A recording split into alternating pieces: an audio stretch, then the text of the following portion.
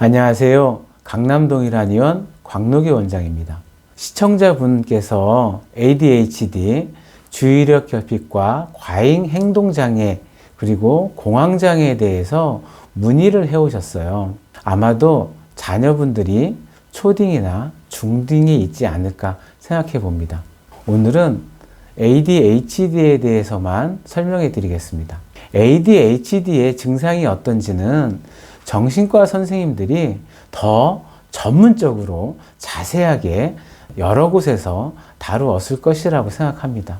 저는 사상의학을 하는 한의사 입장에서, 그리고 의학 철학을 한의대에서 가르쳤던 사회학 관점에서, 그리고 부모와 자녀 입장에서 이 질병을 한번 해석해 보려고 합니다. 2000년대 초반에 아이들의 주의력 결핍, 집중력 장애, 과잉 행동 장애라는 질병이 거의 처음 등장했죠. 이 질병이 매스컴을 통해서 알려지자 강남권 학부모와 자녀들 사이에 엄청난 소용돌이가 발생했습니다.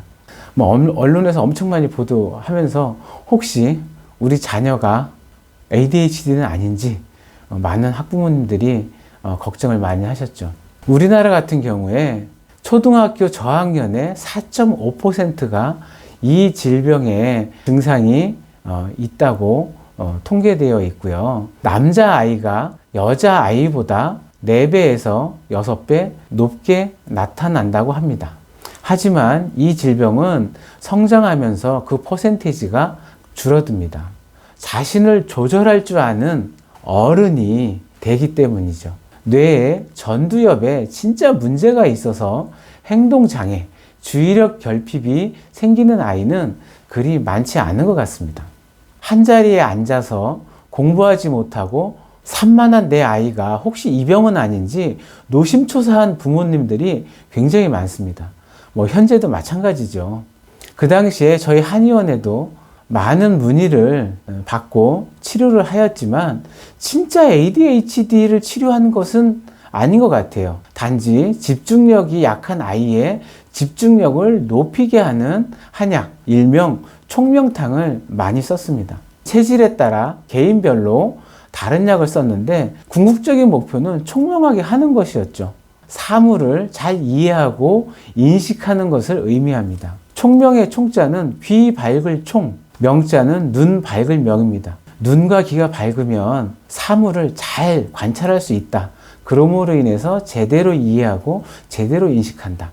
이런 의미라고 받아들이시면 됩니다. 현대과학의 입장에서 보면 이 총명탕은 뇌세포의 성숙을 돕거나 산소와 당분의 공급을 늘려주는 작용을 합니다. 그리고 체력적으로 장기간 의자에 오래 앉아 있을 수 있도록 도와주는 그런 효과가 있죠. 진짜 ADHD는요, 진짜 심각합니다. 정신과 선생님들의 도움을 충분히 받아야 된다고 생각합니다. 하지만 주의력이 결핍되어 보이거나 산만하거나 절제하지 못하고 툭툭툭툭 튀는 행동을 하는 것은 어쩌면 그 나이 아이들의 진짜 모습이지 않을까요? 초등학교 저학년이면 8살에서 10살인데 2시간씩 앉아서 공부하라고 하면 잘 할 수 있을까요? 어른이 된 여러분들 잘 할 수 있으세요? 2시간씩 앉아서? 쉽지 않죠. 답답해서. 나가 뛰어놀고 싶은데 그렇게 하지 못하니까 답답해서 꼼지락꼼지락거리고 들썩들썩거리고 옆 친구랑 장난치고 싶고 하는 거 아닐까요? 이런 모습이 산만해 보이고 선생님께 집중하지 못하니까 신경이 많이 쓰이실 거예요. 당연히 그렇겠죠. 이런 유사 ADHD 증상의 환자, 보호자에게 저는 항상 이렇게 말합니다. 아이가 싫어하는 것을 시키지 마시고 원하는 것을 하게 해주세요. 아이가 성숙해지면 저절로 좋아집니다. 기다려주세요. 기다려주시면 아이가 준비가 되어서 알아서 공부합니다. 이렇게 얘기하죠. 그렇다고 아이가 좋아한다고 게임을 하루 종일 시키라 이런 얘기는 아닙니다. 게임을 하루 종일 하고 있으면 좀 심각한 문제들도 생기잖아요. 그죠? 우리가 이제 게임 중독이란 말이 있을 정도니까 공부와 노는 것을 적절하게 잘 조화시킬 수 있는 정도에서 아이랑 잘 얘기를 해야겠죠. 이렇게 아이들한테 해줘야 된다는 것을 부모님들도 다 알고 계세요. 그리고 그렇게 해주고 싶죠. 그런데 다른 집 아이는 엄청 잘해요. 우리 아이만 완전히 뒤처지는 것 같잖아요. 그죠? 부모님들이 옆집 아이 공부 엄청 잘해요. 그래가지고 막 그거 보고 있으면 공부 못하는 우리 아이도 엄마 아빠 눈치를 슬슬 정말 많이 봅니다. 오래 앉아서 공부 열심히 해서 초등학교 3학년이 초등학교 6학년 문제를 풀고 있는데 우리 아이는 산만하고 집중력이 없어서 우리 아이가 주의력 결핍, 과잉 행동장애라는 병은 아닌지 의심을 하게 되죠. 그 나이에 6학년 문제를 푸는 그 아이가 저는 더 비정상적이지 않을까 이런 생각이 들어요. 그 아이는 성숙이 빠른 거죠. 총명함이 빠른 아이예요. 우리 아이는 정상적으로 성숙하고 정상적으로 총명한데 그 아이가 너무 빠른 거죠. 어른처럼 이해하고 인식하고 행동하는 것이 아이답다고 생각하세요? 아닐 것 같아요. 초등학교 3학년 아이는 운동장에서 땀 삐질삐질 흘려가면서 놀아야죠. 놀고 싶어서 몸을 베베 꼬아야 정상이죠. 주의력이 산만하고 집중하지 못하는 우리 아이가 도리어 정상이지 않을까요? 초등학교 저학년 아이들의 산만함은 너무 ADHD와 관련을 많이 짓지 말았으면 하는 생각이 있습니다. 초등학교 5, 6학년이 되면요, 오장육부와 뇌가 거의 다 성장합니다. 저학년 때보다 조금 더 앉아있는 시간이 늘어나죠. 집중력도 좋아지고. 그러니 뛰어놀게 해주면서도 공부하는 법을 가르쳐주면 다 잘 받아들일 수 있어요. 이 두 가지를 적절하게 조율하는 것이 근데 참 어렵죠. 놀기와 공부하기를 적절하게 잘 배분하는 문제로 부모와 아이들 사이에 갈등이 생겨요. 막 서로 줄다리기를 합니다. 그게 굉장히 정상적인 부모와 자식의 모습이죠. 가끔 가다가 5, 6학년이 되어도 오장육부와 뇌가 느리게 성숙해서 집중력이 정말 떨어지는 아이가 있어요.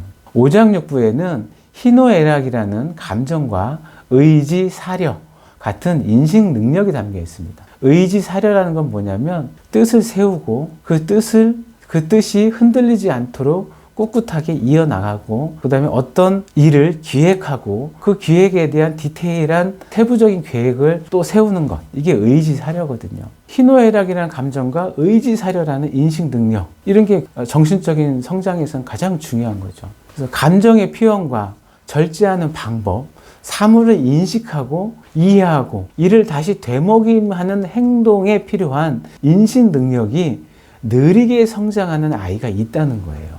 이런 아이도 ADHD처럼 보입니다. 이런 아이는 총명하게 하는 치료법을 쓰지 않습니다. 도리어 성장 발육을 도와주는 치료법을 써야 되죠. 사상체질에 따른 아이의 성격을 설명을 하고 감정을 어떻게 표현하는지 말씀드리고 성장 발육을 위한 체질약을 처방하면 아이의 오장육부와 뇌가 좀 더 잘 성숙할 수 있도록 도와줄 수 있습니다. 소음인 아이에게 성장 발육이 늦어서 집중하지 못하는 현상이 잘 생깁니다. 의외로 소음인들이 많았던 것 같아요. 그리고 저학년 때 장난치고 산만하고 집중력이 떨어지는 아이들은 소양인 남자 아이들한테 조금 더 많았지 않나 이런 생각이 듭니다. 제가 통계를 직접 내본 게 아니고 생각해보면 그런 것 같다는 겁니다. ADHD라고 의심하고 혹은 의심하고 싶은 우리 아이들은 대부분 있는 그대로의 정상적인 모습인 경우가 많습니다. 발육이 빠르고 빨리 총명한 아이와 우리 아이를 비교하지 마시고 같이 놀고 있는 또래 아이들과 비교해 보시는 게 좋을 것 같아요. 표준을 정해놓고 그 범위 안에서 벗어난다고 우리 아이가 ADHD라고 생각하시는 거는 조금 과한 것 같다는 생각이 듭니다. 주의력 결핍과 과잉 행동장애라는 질환은 아닐 거라는 거죠.